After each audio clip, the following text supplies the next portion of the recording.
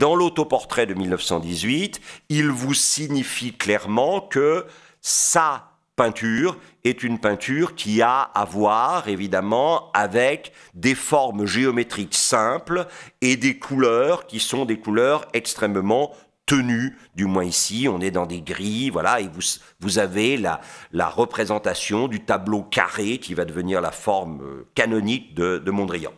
Alors, présent à l'exposition et très intéressant, c'est ça. C'est-à-dire, je dirais, la disparition progressive du volume au profit de la domination par la surface, et puis la tendance à l'abstraction des lignes. C'est-à-dire, bien sûr, il s'agit d'un visage, mais en même temps, vous sentez que les lignes sont de moins en moins descriptives et de plus en plus indiciaires. Il y a un aspect géométrisation du visage qui fonctionne à partir de ces lignes. Ça va se poursuivre effectivement la même année en 1912. Et alors, celui-ci n'est pas à l'exposition, mais celui-ci y est, c'est quand même extrêmement intéressant. Ça va se poursuivre en 1912 avec ceci.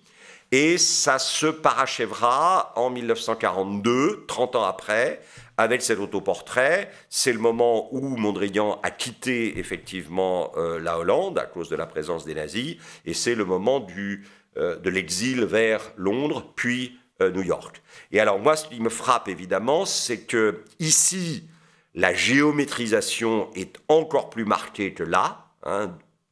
On voit apparaître de plus en plus de lignes qui ne parlent pas du visage, mais qui parlent d'un agencement géométrique des choses. Et là, vous avez, à mon avis, un des processus essentiels de la création de Mondrian. Mondrian va de plus en plus s'orienter vers une création où il n'ajoutera pas, mais il supprimera. C'est-à-dire que le cœur de la création de Mondrian, c'est d'éliminer le maximum d'éléments.